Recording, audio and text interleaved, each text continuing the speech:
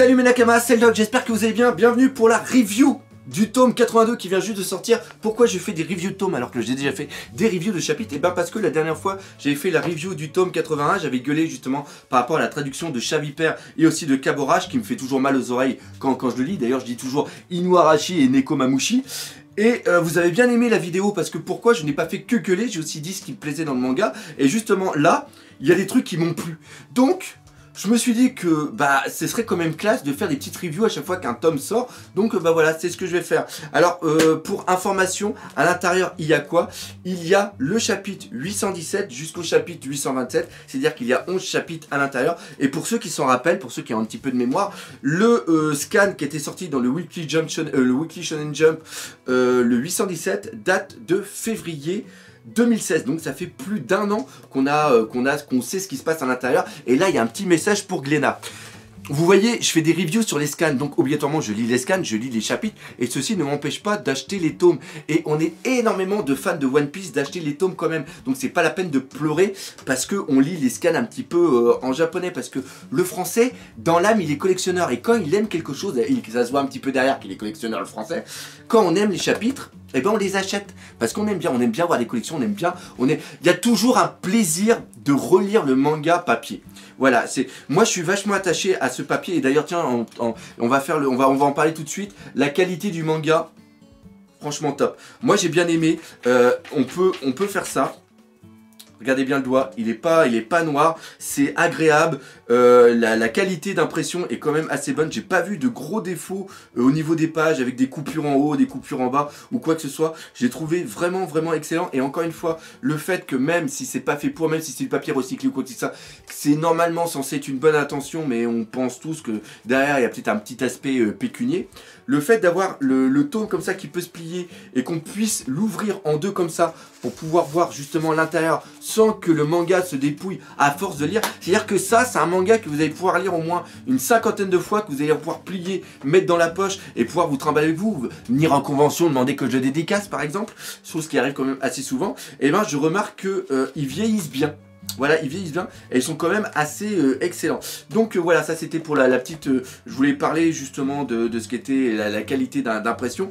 Et j'en étais au niveau des dates, c'est-à-dire que ce tome 82 est sorti au Japon le 4 juillet, donc on est toujours à peu près 3 tomes en retard, parce que normalement le mois prochain il y a le tome 85 qui va sortir, qu'on a déjà d'ailleurs le visuel, que je ne mettrai pas dans cette vidéo justement pour ne pas spoiler. Et justement en parlant de spoil, pour ceux qui ne font que suivre l'anime, ce qui est vraiment classe avec la date de parution, c'est que à part le dernier chapitre, tout ce qui est là-dedans, vous l'avez déjà vu au niveau de l'anime. Donc, vous pouvez l'acheter, vous pouvez le lire, vous ne serez pas spoilé sur ce qui va arriver plus tard. Parce que normalement, le dernier chapitre qui est à l'intérieur, dans 1 ou 2 semaines, on va l'avoir en anime. Donc, vous pouvez lire, vous ne ferez pas spoiler. Et encore une fois, j'aime bien le répéter, même si moi je connais tout, et ben c'est toujours un plaisir de se foutre dans son bon petit fauteuil bien tranquille et de lire ce chapitre, enfin plutôt ce tome. Alors justement, il y a quoi dans ce tome? Donc le chapitre 817 poursuit le chapitre 816. Hein.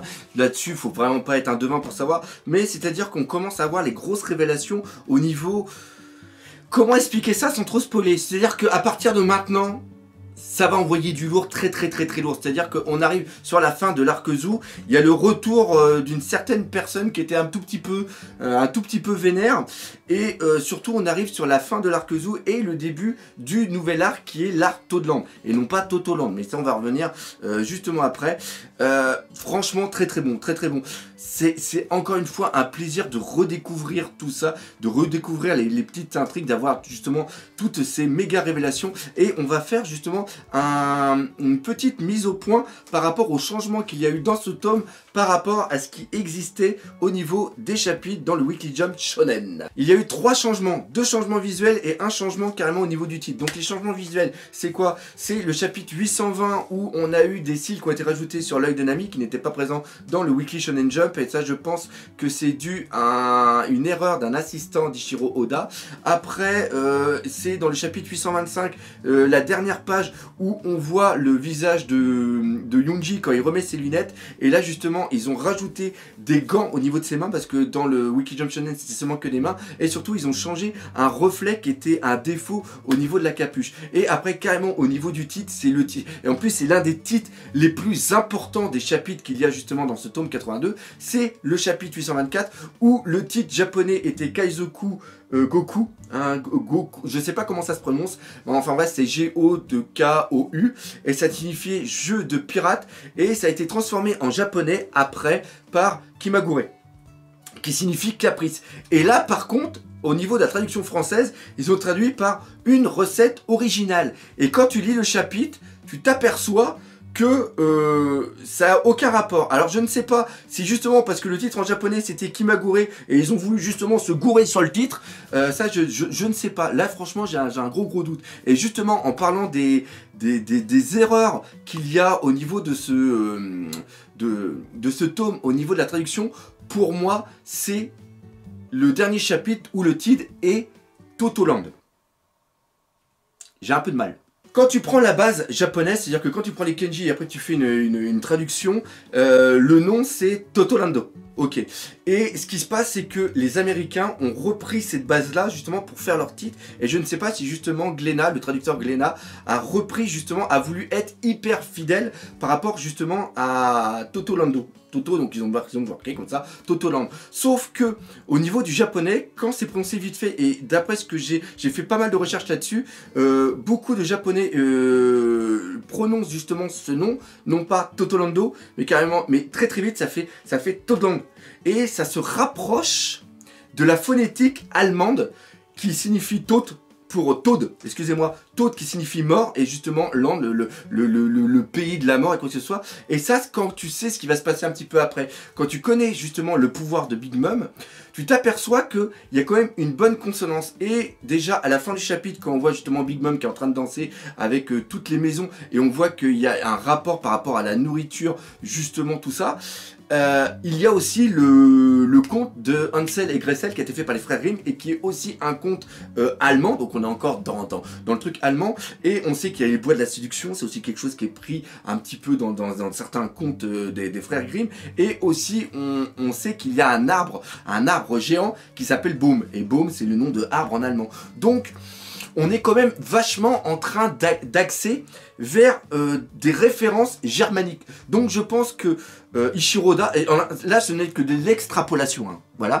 je pense que Ishiro Oda a sûrement pris une base allemande pour faire justement le royaume de Totoland, même si bien sûr le roman d'Alice au Pays des Merveilles est un roman américain. Anglais, au coton. J'ai un doute entre américain et anglais. Non, il me semble bien que c'est anglais. Bon, enfin voilà, on est en train un petit peu de divaguer. Mais voilà, donc pour moi, il aurait peut-être été pas judicieux, mais je pense qu'une traduction du fait de Toadland aurait été... Parce que là, ça fait quand même Totoland. Et Totoland, même s'il y a deux T à Toto, ça fait Totoland. Ça fait un peu bizarre. On a l'impression qu'on est dans un pays des blagues. Je sais pas pour vous, mais j'ai un peu de mal. Donc voilà. Bah, dites-moi dans les commentaires ce que vous en pensez. Ça pourrait être intéressant. Donc là, vous avez remarqué que j'ai mis mes lunettes. Pourquoi? Parce qu'on va lire certains SBS. Donc on va pas tous les lire. Il y en a quand même quelques-uns que vous allez découvrir. Mais il y en a vraiment certains qui sont qui je trouve classe. Là, par exemple, il y a un mec qui a posé la question à Ishiro Oda. Est-ce que tu peux me dire c'est quoi les passe-temps des mecs des Rocky de la pire des générations? Et d'ailleurs, dans cette génération-là, on s'aperçoit qu'il y a Barbe Noire qui est marquée. Parce que oui, à la base, il fait quand même partie des Rocky. Voilà, laissez tomber, c'est bon, je ferai une vidéo là-dessus. Donc le premier qui parle, c'est Luffy, et Luffy, c'est quoi? C'est tout simplement l'aventure et les festins. Logique. Pour Zoro, c'est l'entraînement et la boisson. Logique. Pour l'eau, c'est l'errance et la collection de pièces commémoratives. Là, j'ai un doute. Là, je ne sais pas pourquoi. L'errance, oui, c'est peut-être parce qu'il est toujours à la recherche de quelque chose, oui, c'est parce qu'il s'en fout, il est libre comme l'air. Mais par contre, la collection de pièces commémoratives, franchement, ça me trouve le cul. Enfin bref. Pour Kid, c'est la musique et la collection d'armes. Donc la collection d'armes, par rapport à son fruit du démon, ça peut se comprendre. Pour la musique, je pense pas qu'il ait la même musique que Apu. Non, là je pense pas. Non, parce qu'ils ont pas l'air trop s'entendre, donc là je pense pas. Justement pour Apu, c'est quoi? C'est le DJing et le surf. Californication. Bon, ok. Cap'n BG, la peinture et les jeux de société. Ça, vu qu'il est toujours avec ses potes à l'intérieur de lui, puis qu'il doit se faire chier, donc les jeux de société, je suis d'accord, et la peinture. Vous verrez plus tard que justement la peinture, vous verrez qu'à l'intérieur de chez lui, il y a quand même beaucoup de peinture, mais beaucoup de peinture d'un seul style. Donc voilà. Après Hawkins, le design intérieur et les bains. Alors le design intérieur, on a fait une petite recherche, c'est sûrement par rapport au Feng Shui. Par rapport au design intérieur, pour être zen, pour être bien, tout ça. Donc ça collerait un petit peu au personnage. Et les bains. C'est peut-être pour ça qu'il a les cheveux soyeux. À la rigueur, ça peut être les douches. Mais les bains, oui, pourquoi pas. Bon, enfin bref. Drake, là, ça par contre, c'est très très drôle. Les reptiles et l'astrophysique. Alors pour les reptiles, ça, on a parfaitement compris. Et après, pour l'astrophysique, alors c'est peut-être lui qui va être en relation par rapport à Enero. Voilà, il y a peut-être un message d'Ichiro Oda. Jérôme, si tu regardes cette vidéo, ceci est un clin d'œil. Après, Bonnie, la nourriture et le Jenga. Alors le Jenga, j'ai fait une recherche, il y a bien le jeu Jenga au Japon. Donc voilà, c'est sûrement le jeu. Pour Killer, c'est la batterie et la cuisine. Alors là, j'ai fait une blague et personne l'a aimé, donc je la ferai pas. Mais c'était par rapport à la batterie de cuisine et les casseroles. Bon, enfin bref, voilà, ça c'est fait. Rouge, la boisson et les femmes et la randonnée.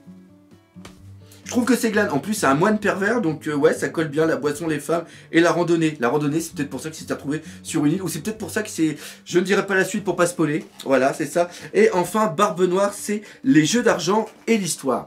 Là, on reprend vraiment le personnage parce que l'histoire, on voit que c'est quand même quelqu'un de cultivé, c'est quelqu'un d'intelligent. Donc l'histoire, et justement, là, ça peut revenir par rapport à quelque chose. C'est justement, il est peut-être au courant justement de l'histoire du siècle oublié et du truc avec Raftel. Donc encore une fois, c'est peut-être souvent des conneries, mais des fois il y a des trucs intéressants. Après, on a un SBS page 64, et là il y a un truc qui est vraiment excellent et que je vais vous lire parce que je trouve que cette mentalité devrait être plus mise en avant. C'est-à-dire que quand je parcours le manga One Piece, je trouve qu'on croise vraiment beaucoup de vieux. Est-ce fait exprès pour la progression de l'histoire, ou bien est-ce à cause de cette grave maladie qui vous touche, monsieur Oda? Je savais pas qu'il avait une grave maladie, ça commence à faire un petit peu peur cette connerie. La maladie que je meurs si je ne dessine pas des vieux. Voilà, ça c'était le petit truc drôle. Alors, réponse d'Oda, et ça c'est vraiment excellent. Alors, je meurs si quelque chose, ça c'est par rapport à Usopp, pour ceux qui n'auraient pas compris. Alors, la réponse d'Oda, oui, oui, j'aime les vieux. Homme ou femme, une personne gagne forcément en profondeur quand elle prend de l'âge, donc là on parle de l'expérience. Il devient plus intéressant. Cependant, dans la vraie vie, en vieillissant, on a tendance à devenir plus faible. Et pour tout vous dire, j'ai toujours détesté les petits jeunes qui se moquent des personnes âgées. Ça, c'est très très bon, ça. Ou bien qui sont incapables de leur témoigner un minimum de respect. Voilà. Donc, si vous avez une grand-mère qui est dans une maison de retraite ou quoi que ce soit, pensez à un petit peu aller la voir. Voilà, c'est un petit message, voilà.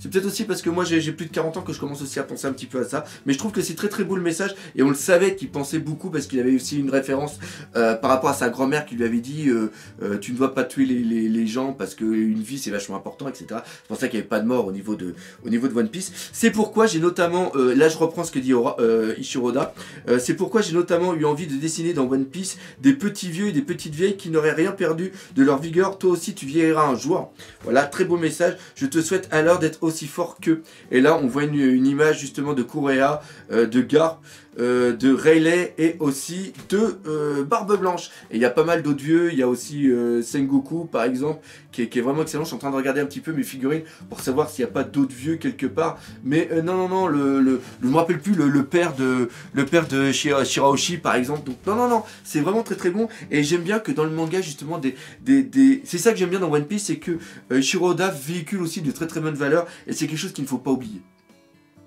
On passe à l'autre SBS. On a aussi un SBS qui est vraiment très très sympa au niveau de Perona, mais là par contre je vous laisse le lire pour que vous le découvriez. Et là on va passer page 120 où on va parler justement de Nami. Il y a tout un SBS sur Nami et il y a aussi un truc qui était vraiment très très bien. Ça serait plus justement sur le fan service. Alors je raffole de tout ce qui concerne et autour de la Nami du Nouveau Monde, qu'il s'agisse d'animes, de produits dérivés, de figurines ou bien encore de jeux One Piece Dance Battle. Donc figurines, on parle sûrement de la Pops avec les boobs. Tout me fait plaisir. J'espère d'ailleurs que de nouveaux trucs vont débouler les uns après les autres, mais j'imagine qu'en tant qu'auteur, monsieur Oda, vous ne devez pas voir ça d'un très bon oeil. D'ailleurs, j'aimerais beaucoup qu'il y ait une Nami en version Zou, parce que je trouvais qu'elle était vraiment très très belle, très sensuelle. Voilà, c'est ça. Alors, réponse d'Ichiroda, et là c'est vraiment très bon. J'ai l'impression que ces derniers temps, la cote de popularité de Nami augmente. Serait-ce parce qu'elle a été peu présente dans les derniers tomes? Et là, on passe justement par rapport à l'ellipse Dressrosa. Tu te demandes si je m'en veux de... si je m'en veux de savoir que certains d'entre vous regardent mes personnages d'un œil pervers. Eh bien non, ça ne me dérange pas du tout. Donc voilà, vous pouvez lire One Piece avec du sopalin, il n'y a aucun problème. Ichiro Oda, ça ne le dérange pas. Comme le disait mon maître, le monde du manga est une marchandise et professionnel et un professionnel digne de ce nom n'a pas à critiquer ceux qui l'achètent. Voilà, je suis tout à fait d'accord avec lui, vous faites vos choix librement et vous imaginez ce que vous voulez. Pour moi, le principal, c'est que vous me lisiez. Et donc voilà, et je trouve que c'est vraiment très beau parce que moi j'avais fait une petite fixation par rapport aux pops avec des grosses boobs ou des fois même l'anime où il y a des gros boobs, et ben il y en a beaucoup qui aiment et il y en a beaucoup qui aiment aussi One Piece pour ça. On n'est pas dans du Fairy Tail, d'accord, mais il y a des fois des trucs au niveau de One Piece, il ne faut pas cracher dessus parce que ça fait partie de One Piece et on peut parfaitement avoir toutes les pensées qu'on veut sur les personnes de One Piece. Voilà, c'est ceci la petite parenthèse. Et après, il y a un truc qui est vraiment excellent. C'est le prénom Nami, petit astérix, note du traducteur qui signifie vague en japonais. Lui vient-il de ces vagues qui se dessinent, que dessine sa poitrine? Donc là, il parle bien sûr des deux vagues. Et là, Taishiro, il dit, le prénom a été choisi à la naissance, tête de nœud. Et oui, à la naissance, tu évites de naître avec des boobs comme ça. Donc voilà. Donc ça, c'est un truc que j'ai bien aimé. Encore une fois, un très bon SBS. Maintenant, on va passer à une partie de la SBS que vous aimez bien et que moi j'aime bien aussi. C'est tout simplement les dates de naissance. Alors, pour rappel, ce sont des lecteurs qui donnent des propositions de dates de naissance et c'est Ichiro Oda qui les valide ou non. Donc, et puis en plus, c'est toujours classe de savoir qu'on est né la même date de naissance, le même jour qu'un personnage. Des fois c'est bien, des fois c'est pas bien, je vous l'avoue.